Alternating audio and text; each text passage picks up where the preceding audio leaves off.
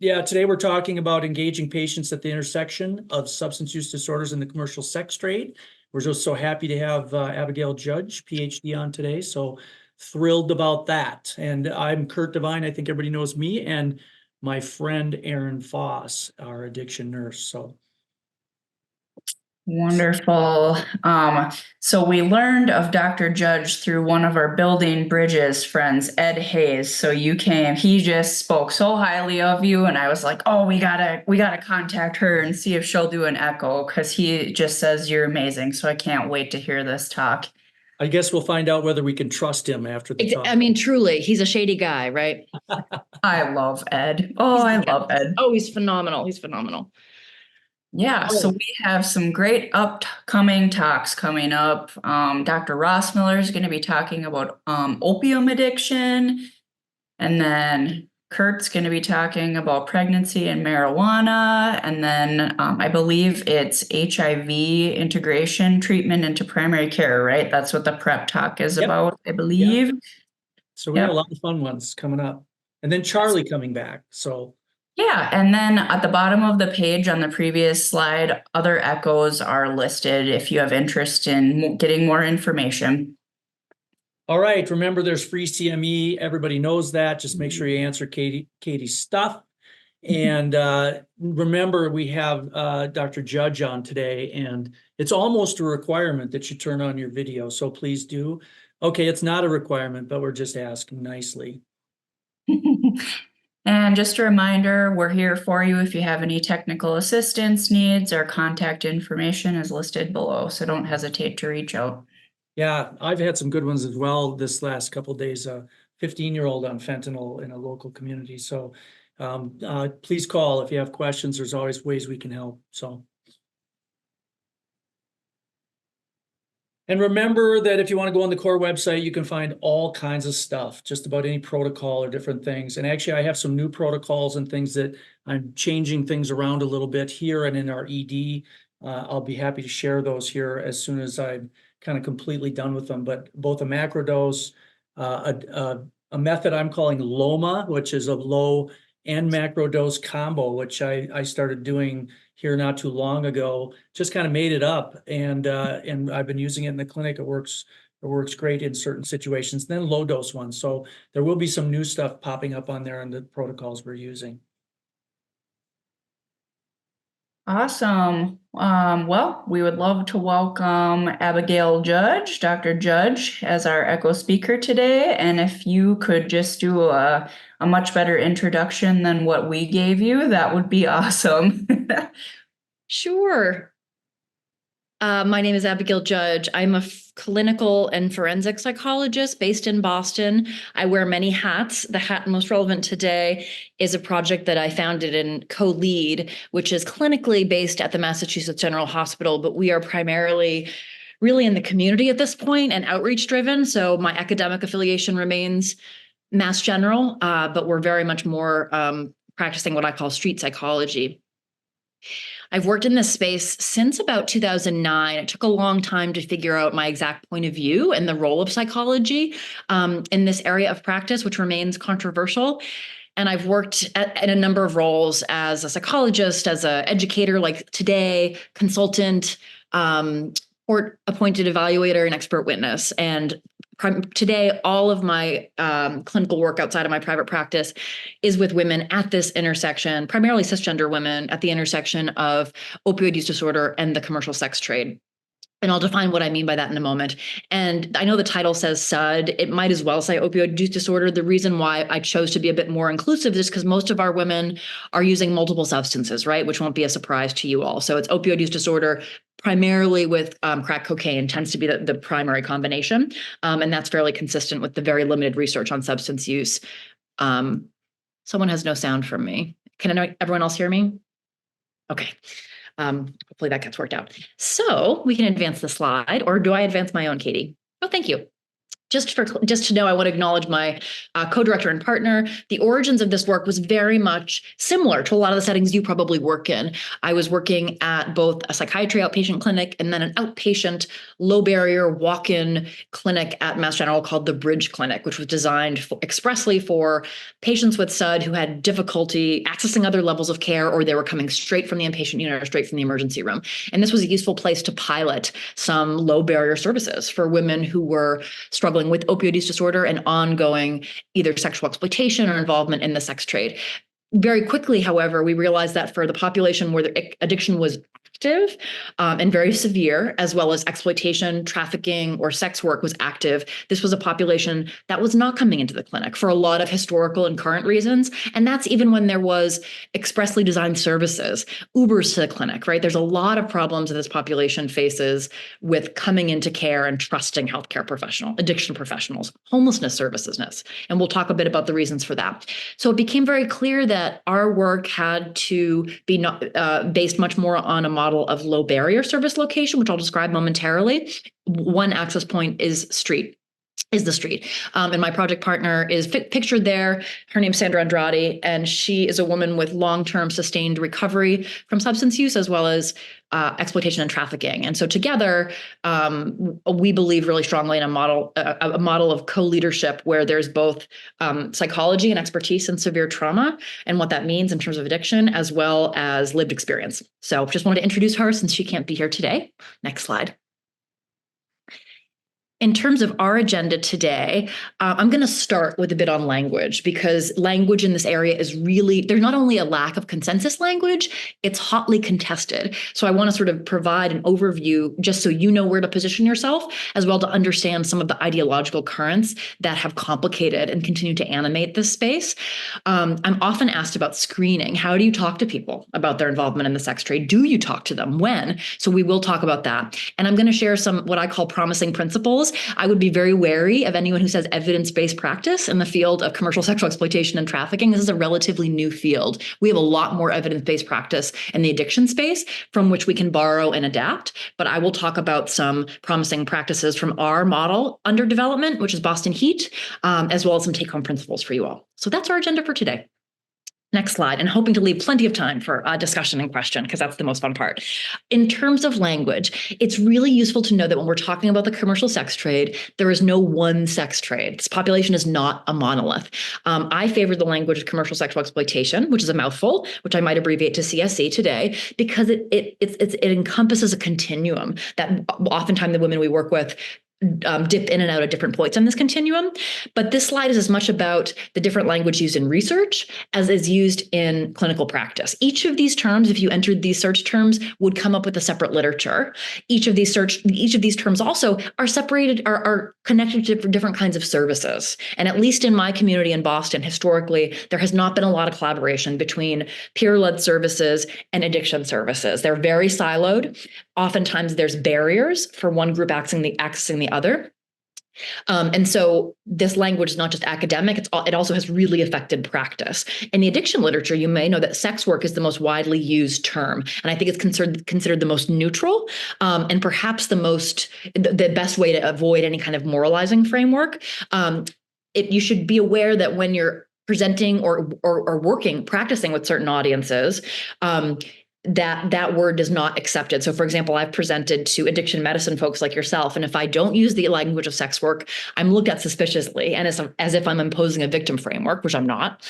Conversely, I've presented to peer advocates and survivor-led groups, not all, but some, who will not use the term sex work. It is verboten because they believe a lot of individuals who have survived the commercial sex trade, and this is one perspective, do not believe that sex can ever be safely work. And as such, it has a lot of political implications. So there's tons of ideological complexity in this space. And I'm not making any political statement by talking about exploitation. It's because, and exploitation isn't even language I often use with patients, although it might emerge from their stories. But in the setting of active opioid use disorder, and for our population, homelessness, And when there's either a third-party trafficker or exploiter, or even a sex buyer, the person with the opioid use disorder, there is some exploitation happening, in my opinion. And that informs their experience of relationships, their experience of service providers, their experience of self and mind, and it affects their addiction. So I'm not intending to make any political statements or saying one language is better than the other, but just to know the range of terms and how complex this is. So thank you for indulging that, but we can advance the slide. So more, rather than those kind of siloed worlds where one person is sort of in one part of the sex trade, more often than not, at least with our population, there's some fluidity. People are at one point, I work exclusively with adults now, so 18 plus. All of the women, almost all the women that we work with were initially exploited or trafficked as kids. So this is a population for whom victimization has been fairly continuous, and either the addiction came before, coincided with, or worsened afterwards. There's many trajectories, but really it is so often a continuum. So when you're seeing someone on the street-based level who doesn't seem to be quote unquote working for anyone else, or no one's holding their money, they may or may not have ever had that experience historically. But in my experience, there's either circumstances that are coercive, if not a third party. I have an example of what I mean by continuum on the next slide. A lot of our work with women is by text, because it is the lowest barrier way to communicate. And this is a woman who had historically, in addition to a really tumultuous, complicated childhood with a lot of complex trauma, she had been trafficked by a man who was deliberately targeting women with opioid use disorder, and had, I think, 5 of them that he was, whatever language he was working for, exploiting, trafficking, and he was ultimately prosecuted. Albeit for lesser charges. So she had that in her history, and she was doing fairly well in our treatment until she had a baby and had a return to use. And several months after that, child protection was involved for various reasons, and she had a return to use and was experiencing homelessness in an area of Boston where we concentrate our work, which is sort of known as the epicenter of the opioid crisis in the Commonwealth of Massachusetts. It's also a place where homelessness, untreated mental health, and substance use disorder intersect. It's also a place with a highly visible, robust commercial sex market. So just to set the context. But she reached out to me one day and I asked her, what's wrong? And she said that she cuffed a gram of fentanyl off of so-and-so, and so-and-so is someone who we know to be someone who deals a lot of drugs in the area and also has trafficked women. So she cuffed a gram off of him, meaning she got it for free, but there's nothing for free. And he's been asking for the money, and I don't have it now. And it's been like 3 days, and I've seen when he gets mad and people owe. I never owe money for reasons like this, but I had no choice. I'm just standing here with him right now. Speaking of that, he pulled a baton, I think it's called, like the police have. I just hate that I said the next day, about to be going on 4 days. I just don't want him to think that he has any type of advantage trying to sell me or something. So that reference to sell or something was very much a part of her history, and something that happens frequently. The whole economy of the street drug trade, in terms of cuffing grams, accruing debt, which ultimately someone has to pay off in some way, right? This is so common in the lives of our population who are in active addiction. I'm sure you hear similar stories, but you can see in this just how proximate the sex trade, possible exploitation, possible sex trading is to the drug trade. We can advance the slide. In terms of how prevalent this intersection is, 50% of women who are coming into substance use disorder treatment clinic report a lifetime history of sex trading. I would say that that's an underestimate, and that probably matches with your clinical experience. This is a highly prevalent behavior, and sex trading broadly defined. I don't know of those how many would say it was by choice, constrained choice, coercion, etc. But that's very high. And I think it's interesting to think about if there was a similar behavior with 50% of a population coming into a clinic, there would probably be more robust services. If, God forbid, 50% came in with HIV infections, that's a high number. That's a lot. This is a part of a lot of our patients' experiences, and it's not well represented in services. Similarly, there's very high rates of lifetime drug use among women who trade sex in the United States. So this is a prevalent intersection. We can advance. In terms of and as I alluded to before, there's multiple ways that this comorbidity can develop. So again, it can come, there's much ink has been shed in the literature on which comes first. To me, I'm much less interested in what comes first, but what do we do when they're co-occurring? Because once they're co-occurring, they're really mutually reinforcing, right? That cycle of addiction, need to get more drugs, need to do more dates, feel worse, more drug use. It's quite complex and insidious.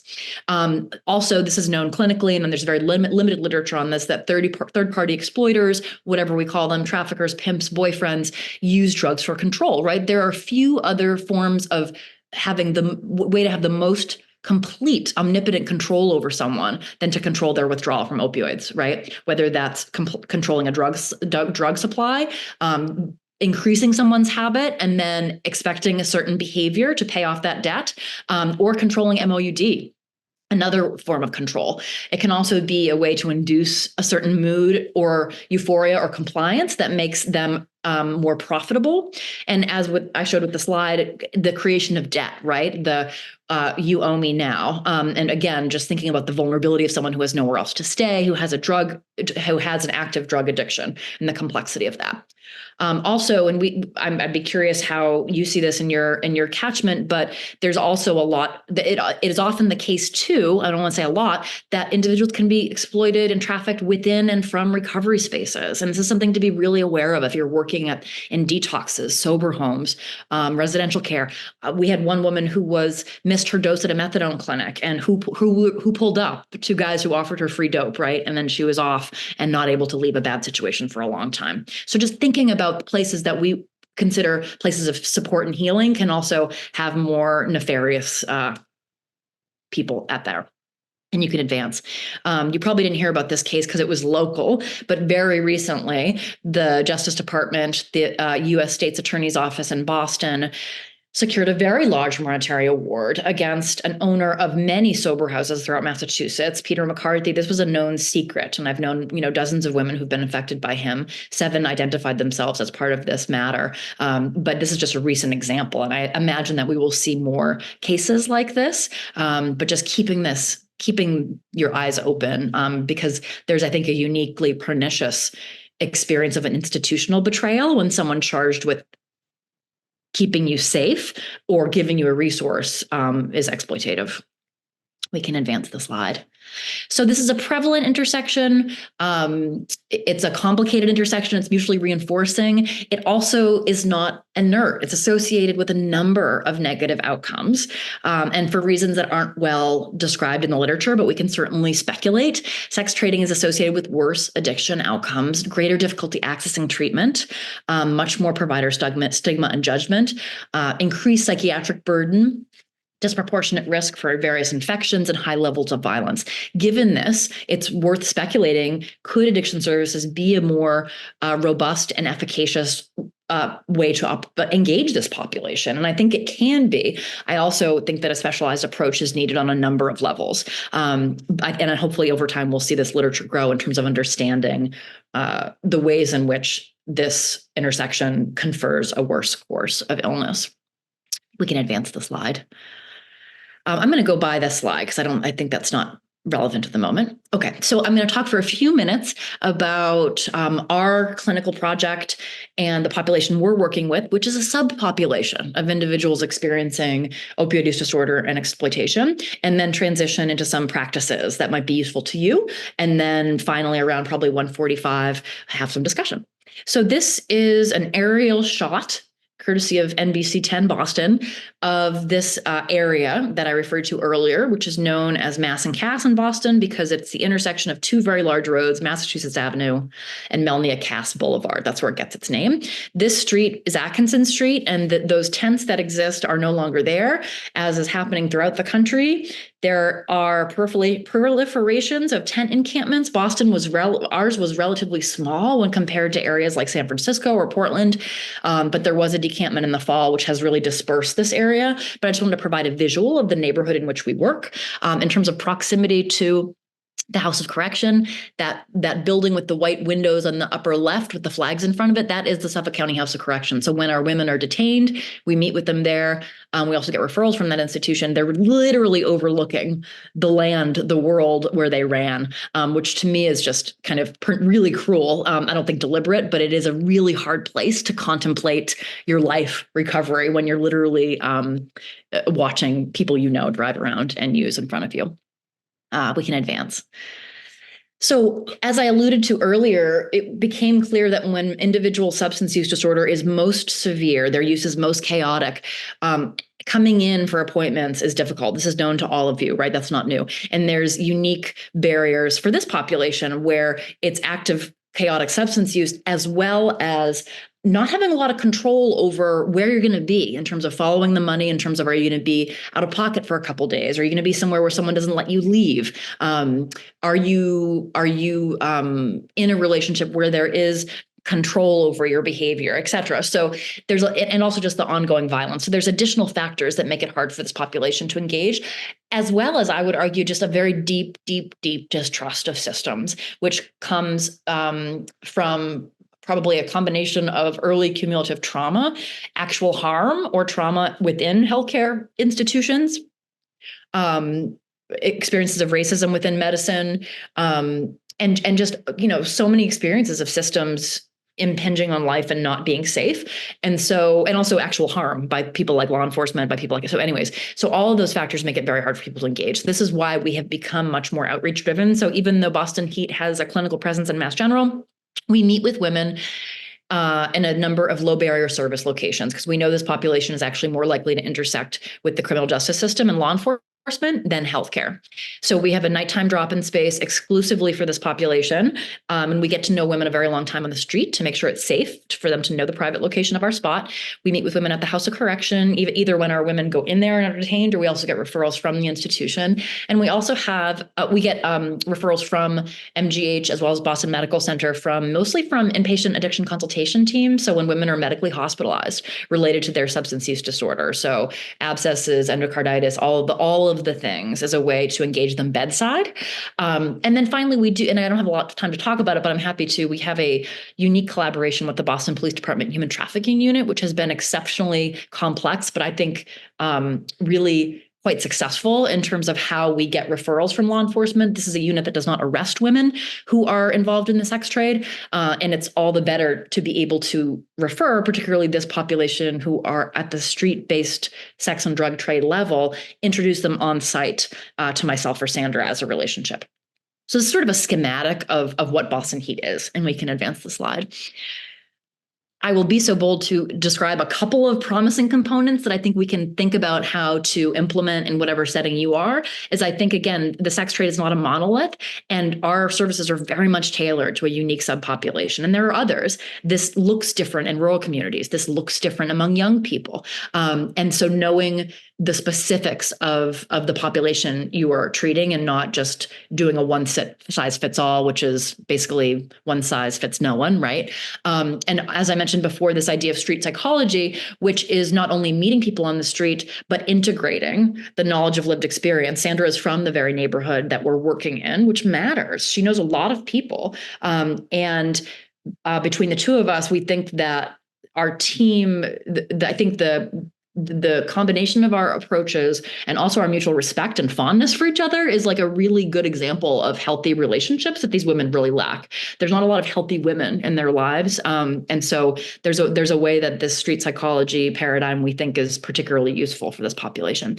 As I noted, we engage people in very low barrier locations where they're already presenting, right? After a cop pulls them over, after they're doing a date for $40 to buy fentanyl across the street, that's a moment to start a relationship at the hospital bedside, on the street. And again, taking a very long time to get to know people and not having any expectation of abstinence, of exiting, of their even identifying as this going on for them, that this is painstakingly slow work. It's incremental work. And those of us who work in addiction, you know that rhythm very well, which is why I think people in our field, some of us can be uniquely qualified to work with this population.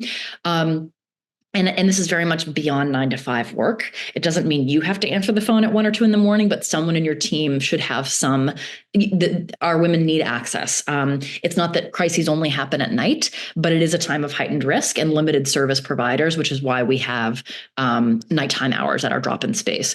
And again, this very delicate dance of working with, but not for, law enforcement and criminal justice actors. And some of you may work in corrections or within reentry, and more power to you. That's a very important role. We have taken a somewhat different approach to be embedded within, but independent from, and that has been for us very successful, because you can just imagine the complexity of this population's relationship to law enforcement.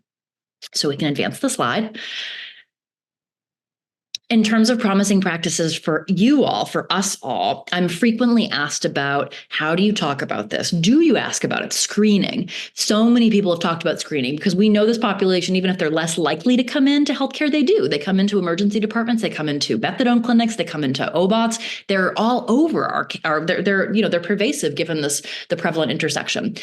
I come down on the side of the importance of building long-term relationships rather than the perfect assessment tool. The reality is people disclose when they're ready and when they feel safe, and you can make it more or less likely for them to do that. But I think the goal of any healthcare encounter is really to give them as respectful and trauma-informed an encounter, so they will come back to see you. And having worked with this population for many years, they remember, right? Like, that nurse at BMC was awful. That one over there was fantastic. I'm going to go there. These experiences stockpile, and it's much more this incremental process than a one-time discovery and then heroic linkage with services. That's just not how this population functions.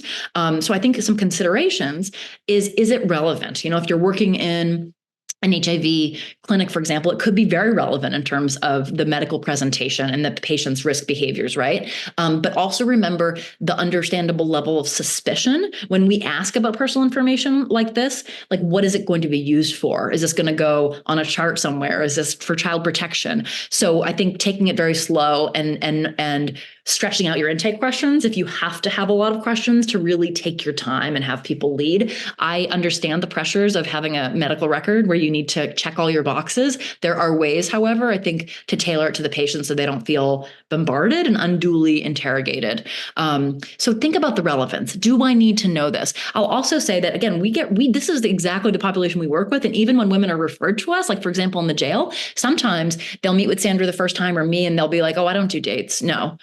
And we know they did, right? Because they were referred to us, but we're not going to be like, well, your case manager said that, right? Like, there's such a degree of shame for a lot of people. And there's a good reason, because there's so much moral condemnation and stigma, et cetera. So just keeping that in mind. If it is appropriate to the encounter, is it something if it's something they want to work on, I would ask in the most objective terms possible, like probably many of you do.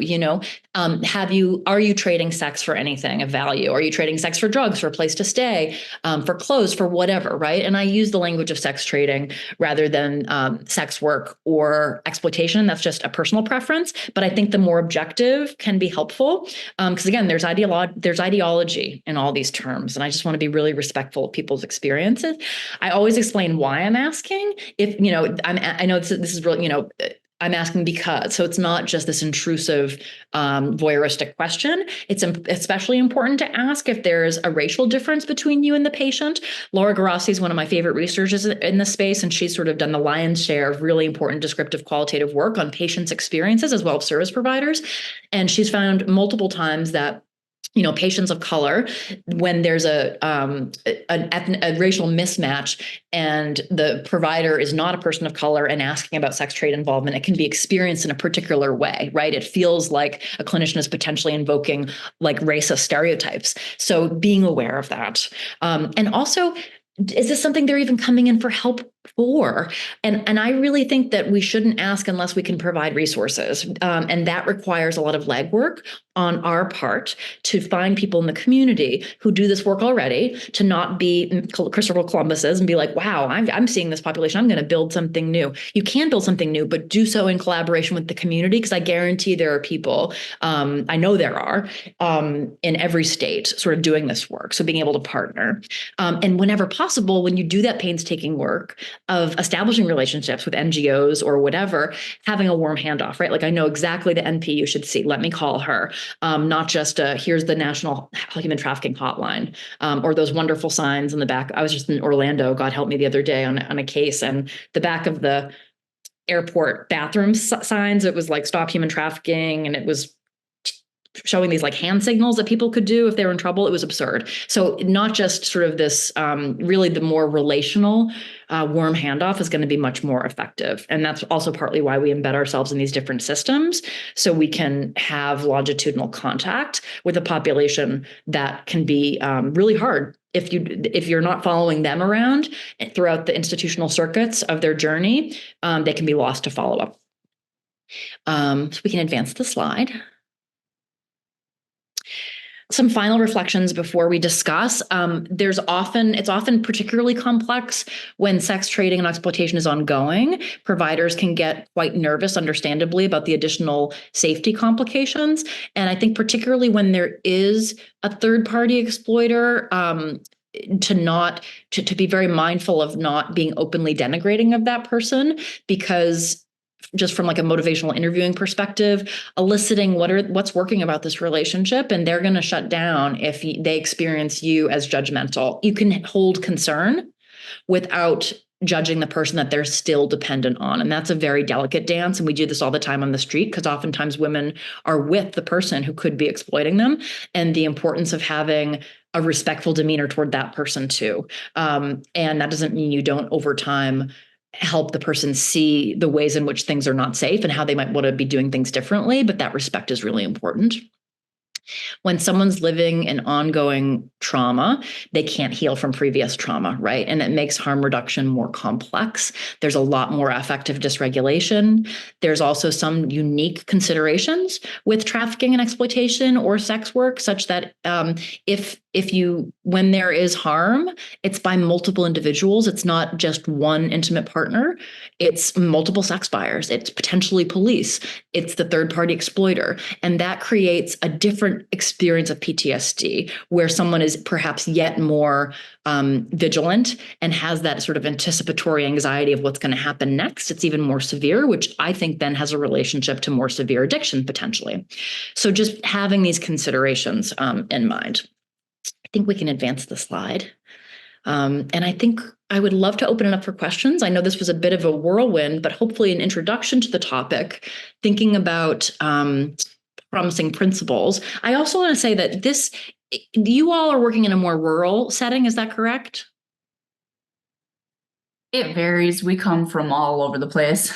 Okay, so I saw the word rural and I was like, oh dear, if you have any particular questions about that, because there are some differences that in the literature, there's some evidence that in rural communities, and much of this research comes out of Appalachia, there might be particularly high rates of family-controlled trafficking, especially when a parent has severe substance use disorder. And so keeping that on your radar as a possible presentation, and I can talk more about that during questions. So anyways, I'd love to discuss with the time we have remaining. So if people want to just unmute and just start throwing questions out there, I know I have a bunch of questions, but I'm happy to wait if people have some they want to throw at Abigail.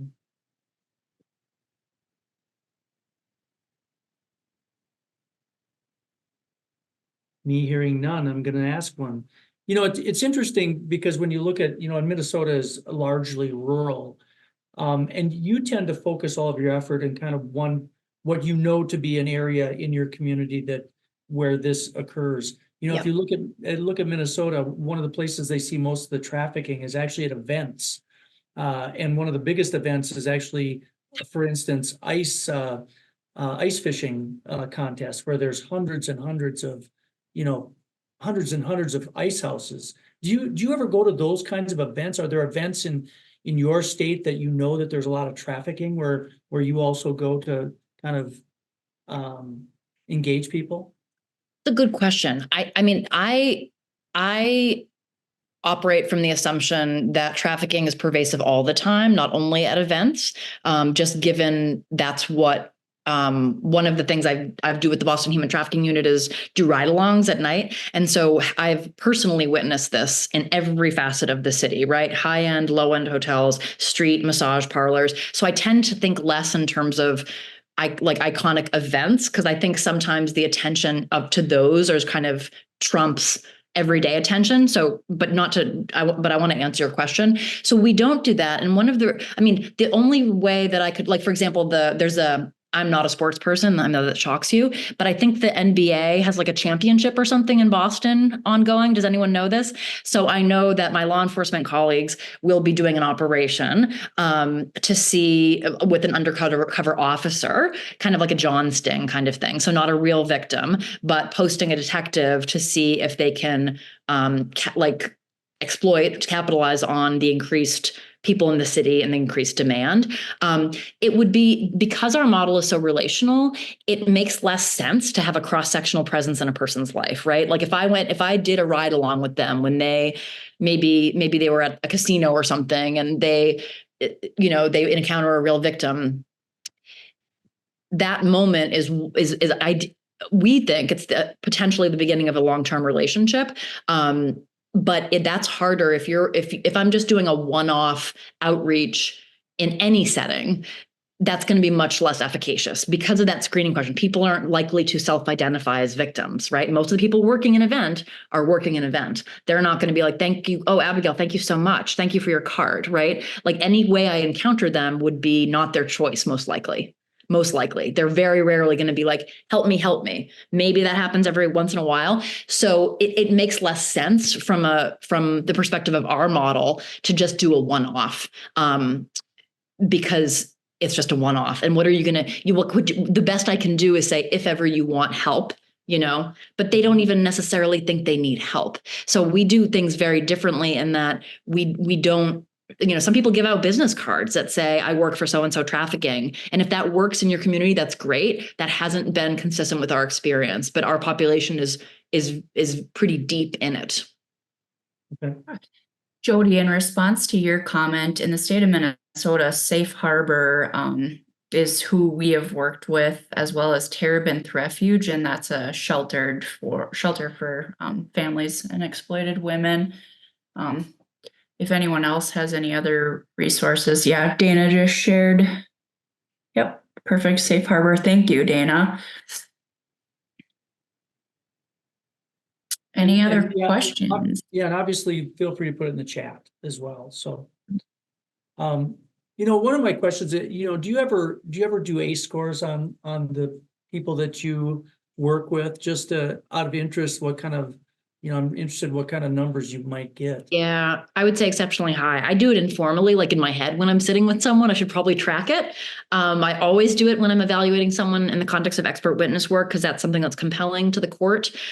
Joan Reed, our EID, is a phenomenal criminologist and clinician in Florida, and she's also one of the best researchers in this space. And she published in the American Journal of Public Health a study on ACEs among kids being trafficked. And as you can imagine, it's it's what you would imagine, right?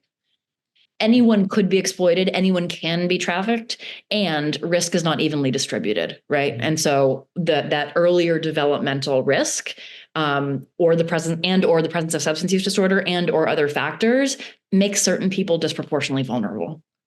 Sure. I have a question. When you are mismatched in race, provider to victim, do you have any pearls on how to communicate so you make your patient more comfortable if you are mismatched, and so they're more able to disclose and not feel judged? Yeah, it's such a good question. I'm certainly not like the expert. I can tell you how it's worked for me. And I've had even, I remember one of early on, a woman of color was court ordered to see me after she was trafficked all over the country. And she'd refused to testify against her pimp out of very reasonable fear. And she was incarcerated on trafficking related charges because as part of her exploitation, she drove women around to do dates. And so she was criminalized under the very legal structure that should protect her. And then the legal system referred her to this white psychologist at Harvard. I'm like, this is so dumb, right? But I named it with her. Like I would say, you don't want it. This is coerced on multiple levels, right? Your probation officer's all over you. Name my whiteness. I name my whiteness, and not in a hokey way, but just to say that I might not be who you would have chosen, and I want us to be able to talk about that. For her, she didn't really have much of a choice, but ideally, people do have some choice. So I think the most transparent you can be, the most radically genuine, to say when you don't know something, to express if you don't understand, and just to name it. That settles people's nervous systems, in my experience, and let them tell you and teach you what would be more comfortable, I think. But even naming it, usually in my experience, creates a whole different feeling in the room. I love that phrase. I might not be who you would have chosen. I think that's perfect. That's the way of just bloop, it's out there. It usually gets a laugh, and then usually it becomes something. Yeah, there can be a lot of work around it. Yeah. All right. There's another question in the chat. What are some ways to help educate correctional staff on how to approach sex work, Oh my recognizing, gosh. etc.? A great topic. One of the problems is a lot of people who work everywhere are sex buyers. So I'm not going to target one population. I'm not saying that all men are sex buyers. That's not true. And some women are. But there are, in my experience, there's plenty of people who work in correctional settings who have purchased sex, sometimes from the very women that they're charged with protecting. And that's a very uncomfortable situation. So there is a lot of education that needs to be done in correctional settings where I don't think there's always an appreciation that this causes harm, that purchasing sex can cause harm. Does it always? There's probably some individuals for whom it doesn't. I'm less familiar with that population because we work with women who don't want to do this, right? They don't like this. And now they've come to not like sex. And it's very, very challenging for them. So another thing that's challenging is that a lot of times when our women are detained, they are getting special favors from officers, either because they knew them from the street or they're performing certain sexual acts in the facility. So I think there's a tremendous need, but I think one of the things is there even buy-in to think about this as something that can cause harm? And I think there's very varying levels of belief and appreciation for that. So that's been my experience. And I don't know about any like really robust work being done to educate officers. On the flip side, I'll say some of our best allies are some of the greatest COs, right? Like there are some great individuals within oppressive systems who help us and who help the women. So it cuts both ways. Would you say that there's any social media platforms that are being more heavily utilized than others for recruiting efforts in this? It's great. It shifts so quickly, right? Like what used to be, it could have been Twitter. Now, I mean, whenever there's social media, whatever the social media du jour is, and there's regional differences. What might be coolest in Minnesota might not be coolest in Boston, might not be coolest in Miami. That is a primary way that people are going to try to recruit. And so I don't know if it's necessarily the hottest app, but like whatever most people are using is because again, from a business perspective, they're going to do something that's most lucrative. In terms of women, adult women who are posting or being posted, there's so many online classifieds, skip the games, all these things that have supplanted Backpage, et cetera. And there's so many commercial sex ads. I remember a while ago, I watched a Netflix documentary, and I don't know what truth there is to this, but there was a main platform that was being utilized for trafficking. And Backpage? What was it? Backpage? I think so. And law enforcement had expressed some distress that it was taken down because that was sort of a centralized location for them to identify buyers. So, and now it's kind of all over the place using different platforms. So I was like, wow, that's such an interesting way to think about that. It was surprising to me when you're not in this work all the time.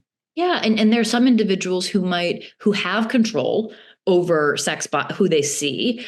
Again, not my population. They also lamented that because online communication before setting up Commercial Sex Act kept them safe, right? So it's very complicated. Yeah. There's another chat. Yeah, I'm sorry. There's a question in the chat about whether there are any faith-based groups who help with this. And if so, what does that look like? There are so many faith-based groups. This is like the evangelical right actually was a critical political lobbying force in the passage of the Trafficking Victims Protection Act in 2000. So there are a lot of strange bedfellows in this space in terms of politics coalescing where you wouldn't expect. If anyone wants to read about that, I'm happy to recommend books. But yes, so from that legacy, there's a lot of faith-based leaders in this space. And I would say that in the absence of addiction medicine, psychology professionals having paid attention to this, much like peer leaders have stepped into this space, a lot of faith-based groups, sisters, orders of sisters, things like that. And so sometimes it's like a one-off outreach, thing. Some of them run safe homes. I think I'm really, really biased towards collaboration with peers and clinicians and faith-based leaders. I think the issue is so extremely complex that it shouldn't just be faith-based. And I think whenever and again, as a trauma psychologist, whenever you're thinking about a narrative or ideology, and no offense, no offense, I have faith, but whenever there's an ideology that could be a critical component of an intervention, to be very cautious with this population who have been told what to do and think pretty much all their life. And so the importance of autonomy and agency and really helping them narrate their experience over time, which could have a deeply spiritual narrative and could also have a different narrative. So I think there's a very robust role for faith-based services in collaboration with professionals and peers. Awesome. Dr. Ross Miller put into the chat, since a large percentage of trafficked persons have been involved with the foster care system, have you tried to step down into that system to try to head off issues? So I started in that system. I did a postdoc at Mass General and Harvard on child forensic evaluation. So I was evaluating kids who were engaged in juvenile justice system or whose parents there were child protection issues. And I was evaluating kids in the Boston Juvenile Court Clinic, and all of whom were child protection involved. And that's where this was in 2009. This is where I became aware of this population. I had specialized in trauma prior to that and had no exposure to this issue. I think that's changed since. And so I started with adolescents and juveniles, and there's some good services that contract directly with child protection for when kids are at risk, as well as there's frank trafficking. I no longer work with that age group because what I learned was there's at least a mandated framework in most states. It's not great all the time, but what I came to see is that there was this population who was outgrowing child protection services, and there were no resources for adults. So I started in the adolescent space. And you're absolutely right that child protection involvement and juvenile justice involvement are like the key sources of vulnerability. Again, I would refer you to Joan Reed's work on that. But whenever you're interfacing with the child protection system or juvenile justice, be very concerned about exploitation and trafficking. I think something that whoops, I'm sorry, Kurt. What I was just going to just mention Dana's question here. He had just said, what's the top line advice you would give to SUD and CSE providers to collaborate better? Oh, it's such a good question. Learn from my mistakes. I lead with humility, really building relationships slowly with NGOs who may not trust you. When I entered this space in 2009, I was not warmly welcomed. I was told pretty explicitly that psychology was not helpful. This had to be peer-led. As a white woman, there was a lot of feelings of and I'm not speaking for the whole community, but I got a lot of and I was like, oh my gosh. So I took it slow and I took a step back and I made relationships slowly. And a survivor colleague of mine said, Abigail, you need 10 years before people take you seriously in this space. And she's kind of been right. So patience, humility, reaching out to organizations, trying to see is there I know that substance use is so prevalent in your population. Can we do anything to help? Is there any way we can streamline referrals? Make yourself useful, make yourself accessible, counter the narrative that healthcare professionals don't get it, right? Counter the narrative that we're irrelevant, whatever it is. But I think you have to extend yourself. A lot of this is uncompensated. This is sweat equity, building relationships. But I think, again, leading with humility and having them having other organizations teach about your expertise, and then thinking about what are the barriers that their clients are having accessing your services. Because I bet there's many, many, many. I think my next question is, in rural areas of Minnesota, we're battling that people even acknowledge that there is a problem with opioid use disorder or substance use disorder. And then when you bring up trafficking and victimization, their first response to that is, well, that isn't happening here. 100%. So how do you approach that? What's your phrase for getting people to acknowledge that Houston, we have a problem and we need to take care of our people?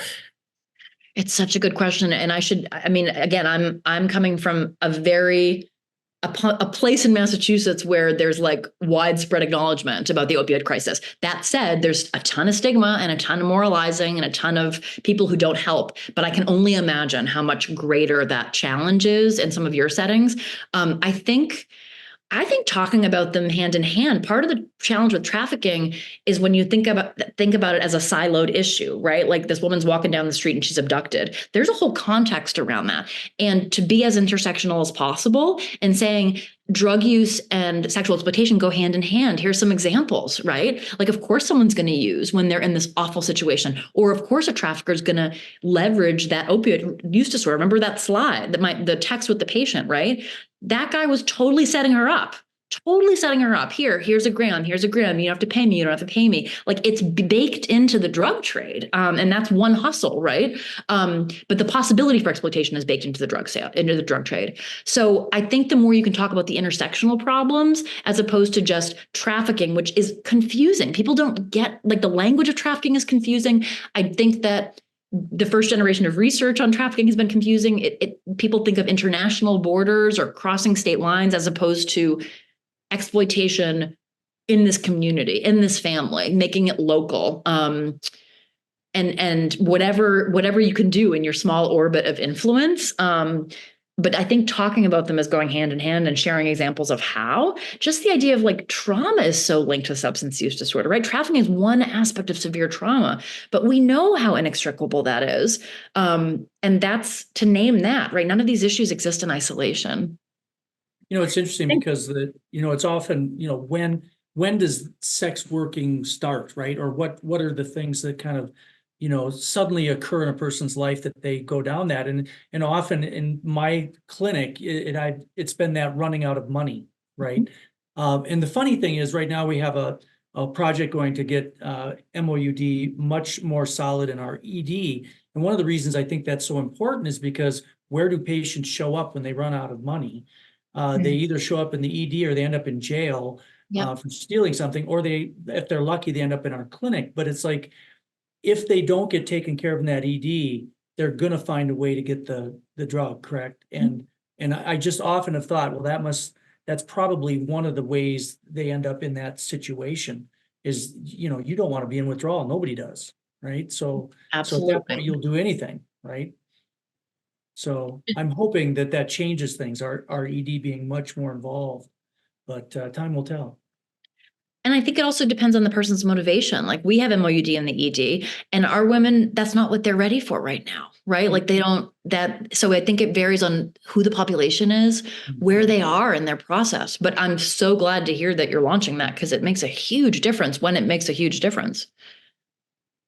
Do you think that when you treat an OUD in a patient who's being sex trafficked or is a sex worker, does that change the outcome of the sex working?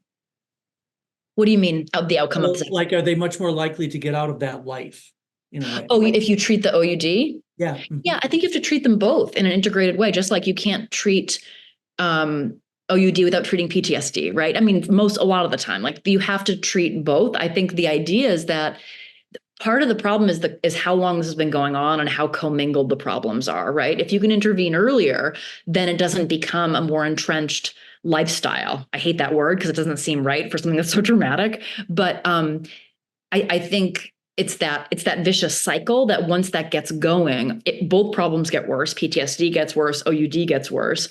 And so thinking about where the person wants to start, right? And the person might want to start with just being more safe when they're doing dates. The person might want to start by safer use or harm reduction. It's usually harm reduction for a long time and motivational enhancement, and also trauma-informed principles of making people feel safe in a relationship. Then they can start to contemplate other helping relationships.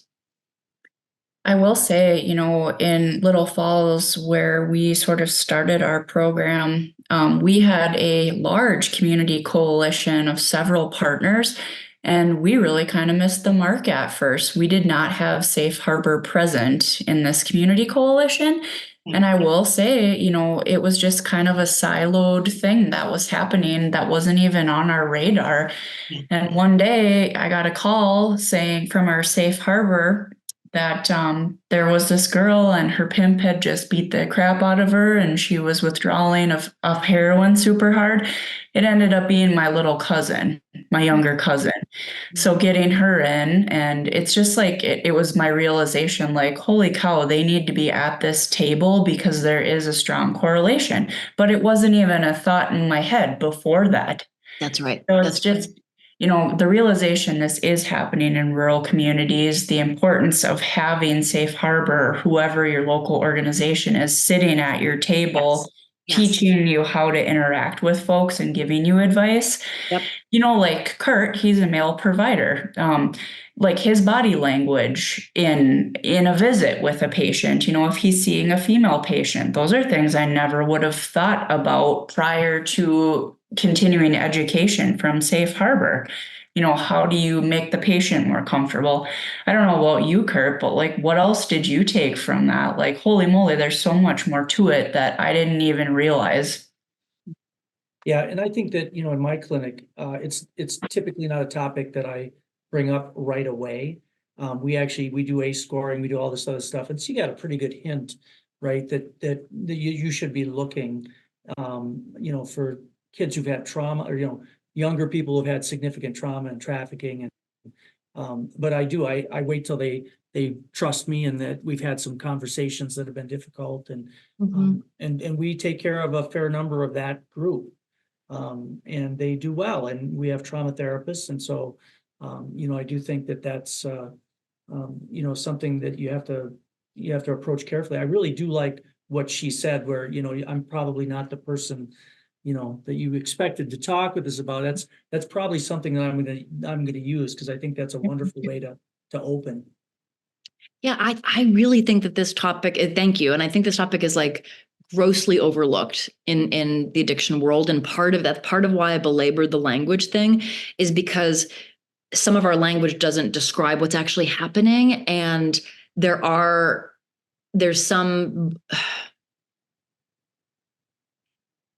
a lot of political complexity around sex work versus exploitation. And sometimes that gets in the way of understanding the scope of the problem. And that doesn't mean that I'm anti-sex work. What I am is I'm anti people getting hurt and anti people's addiction being exploited, which is what happens for our population. But I think it's extremely overlooked. I also want to just add, and the question was so great about how to make a difference.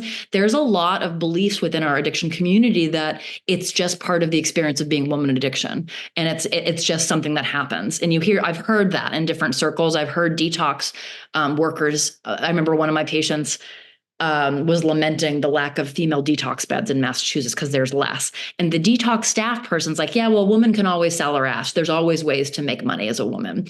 And that was and I'm just saying, do all people feel like that? No, but I hear statements like that a lot that normalize it, like it's not a big deal or there isn't harm. And I think just being able to say that might be harmful for this person, right? Like that's actually not a viable option. It's like that's not helping her, right? So I think, and that has to do with more macro views about commercial sex and whether it's harmful, for whom it's harmful, all that stuff. So that's part of, I think, what we start to hit up against. Yeah, I think too, I have the luxury of having very long appointments, and in my system, to take care of this patient group, it takes time, and they give me that, right? Mm-hmm. I think I often say that family medicine, I think the ability to get to all the things you need to get to, and then think about asking about this in 10 minutes or 15 minutes is really hard work. Yeah. And it's not that I don't think they want to do it. I think often time constraints make that tough. And I'm so thankful that I often have all of that time. So it does make a difference. Amy put in the chat, I'd like to know some books you'd recommended regarding faith-based groups. Oh, I don't know if any literature actually. There's a book, a memoir by a woman in Boston. It's called The Diary of Jasmine Grace, and it's her personal experience through treatment. And her ministry is very faith-based, and so she uses that. That was a critical part of her recovery. I don't know of any like professional texts or peer-reviewed literature. That's interesting. Or any books in general. Yeah, if you want to read about the history of the TVPA and the relationship of how faith-based organizations were critical of that, this is a book called Brokered Subjects: Sex Trafficking and the Politics of Freedom. It's very intellectual. It's a sociological book, Elizabeth Bernstein, but I learned so much just about the history and part of why collaboration is so hard. The best memoir I've ever read on the topic is Paid For by Rachel Moran. Paid For, My Journey Through Prostitution. That's the language she uses. She's an individual who identifies as a survivor from Dublin, and it's an extraordinary book. It's psychologically complex. I would read Paid For by Rachel Moran. Mhm. Thank you so much for taking time out of your day to give this presentation. That was awesome. Yeah. It was so my pleasure. Thank you for the invitation. And if I can, I'm very accessible by email, so feel free to be in touch if I can be helpful. And thank you so much for inviting me and making space for this topic. Yeah, well, thank you again. We really appreciate your time so much. So, and thank you everybody for coming today. I hope we all learned something. I think I did. And I'm going to take one other thing from you, Abigail, is the next time I give a talk, I'm going to reach back and grab a book. That was one of the coolest things I've seen. We've been doing this 6.5 years and never had anybody actually have the book right behind them. And You're going to grab a book out of the tree behind you. Okay, and that'll make me look as smart as Abigail. Maybe. Well, that's partly why I color code them, because I know I'm like, oh, this is a red one. So I'm like, I know it's in the red section. Just a tip. If anyone needs obsessive. I'll remember that one. So thank you again so much and have a good Thank you all so much. All right. Thanks for coming, Bye. everybody.